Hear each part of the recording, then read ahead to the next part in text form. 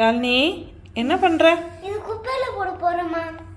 No no no, இதை வச்சு அம்மா உனக்கு ஒரு டிஷ் பண்ணி தரட்டா? இது வச்சியா என்ன பண்ண போற? வெய். ஓகே, இன்றைக்கி நம்ம வாட்டர்மெலனில் அல்வா பண்ண போகிறோம். வாட்டர்மெலனில் அல்வாவான்னு யோசிக்காதீங்க, செஞ்சு பாருங்கள், செம்ம டேஸ்ட்டாக இருக்கும்.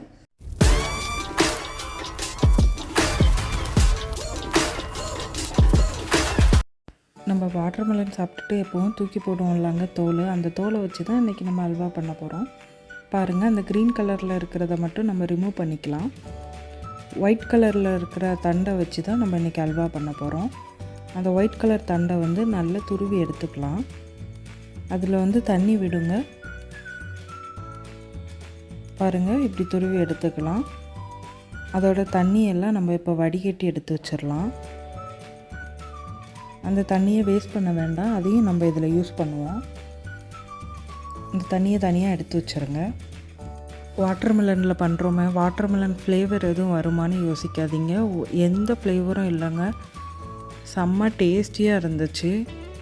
இப்போ ஒரு பேன் எடுத்துக்கலாம். பேனில் நெய் ஊற்றிக்கலாம். நான் 2 டேபிள் ஸ்பூன் நெய் ஊற்றிருக்கேன். நெய் சூடாகட்டும். நெய் சூடானதுக்கப்புறமா கொஞ்சமாக முந்திரி பருப்பு சேர்த்து வறுத்து எடுத்துக்கலாம். அதோட கலர் சேஞ்ச் ஆனால் போதும். இப்போ நம்ம துருவி வச்சுருந்த வாட்டர்மெலன் தண்டை இதில் போட்டு நல்லா வதக்கிடலாம் நெய்யில். நல்லா வதக்கி விட்டுக்கோங்க.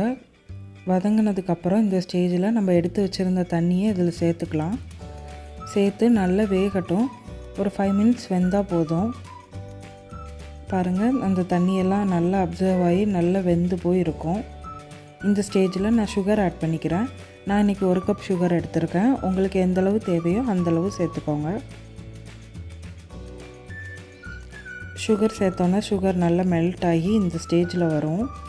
நல்லா கைவிடாமல் கிளறி விட்டுட்ருங்க. கொஞ்சமாக ஃபுட் கலர் ஆட் பண்ணியிருக்கேன். இது ஆப்ஷனல் தான், உங்களுக்கு வேணால் நீங்கள் ஆட் பண்ணிக்கோங்க.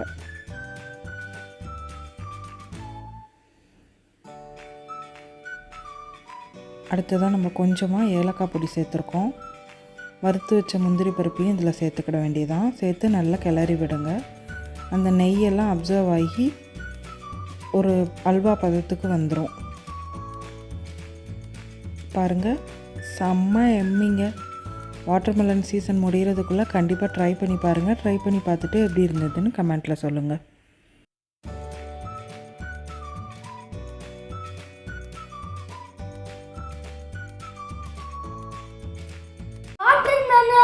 அல்வாவா சூப்பரா இருக்குமா.